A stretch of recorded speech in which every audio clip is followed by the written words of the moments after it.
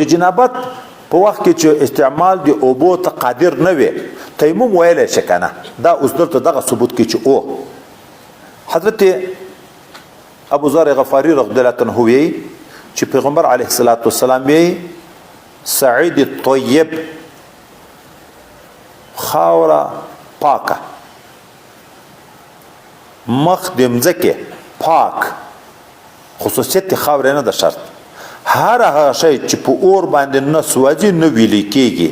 یعنی نه یېرې کېږي نه ویلې کېږي اوس دغه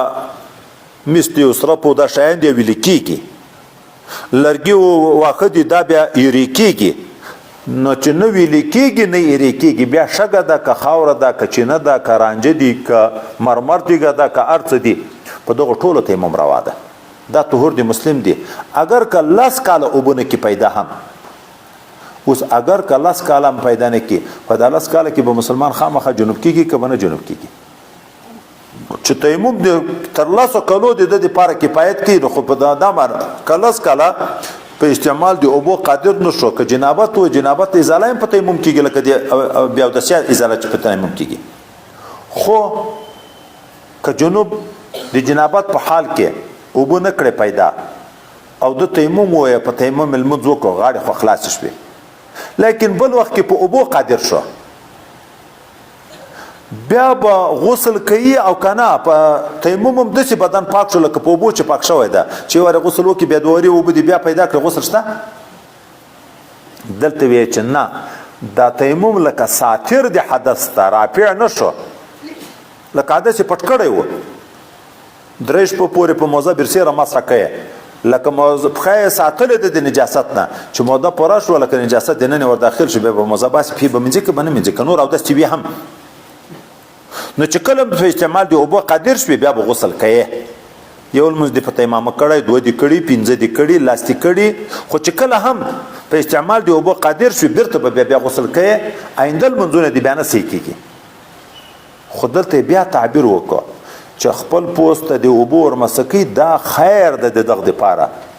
خیر خو صيغه د اسم تفضیل ده دا بهتره ده تر هغه نه چې په تیمامه اکتفا کوي نو کې په تیمم باندې اکتفا خو جایز خو شوه دغه ځای نه خو بیا دا معلومیږي چې جایز خو هغه هم ده که هغه تیمم ویې او غسل نه کویم خو که غسل وکړي دا بهتره ده نو جواب دا ده چې دلته اسم تفضیل په تفضیلي معنا نه ده دا د زیادت معنا نشته پکې داسې اسم تفضیل ده لکه پلانکی عالم د ترجیدار په دیوال کې علم شته نو په بل جانب کې خیر بیخي شته نه داسې نه چې دا طریقه بهتره ده نفس خیر خو په هغه کې هم شته چې سړی له دې نه په اوبو په استعمالولو قادر شوې خو بیا هم هغه اوبو تیمم باندې خو اکتفا کېږي نه دا بیخي شته نه دا د انسان هغه د زړه د اطمینان په خاطر د خیر تعبیر وکړه دا چې سړی یو وارې د استنجا د اوبو سره عادت وي بیا چیرې په دښته کې قضای حاجت وکړي لوټي استعمال هم کړي خو چې تر څو اوبو ته رسیږي سړی کوي چې ما کالي م نجس شوه بدن مې نجس شوه زړه اطمینان نه کوي که نه په تیږو م اکتفا کېږي که نه کېږي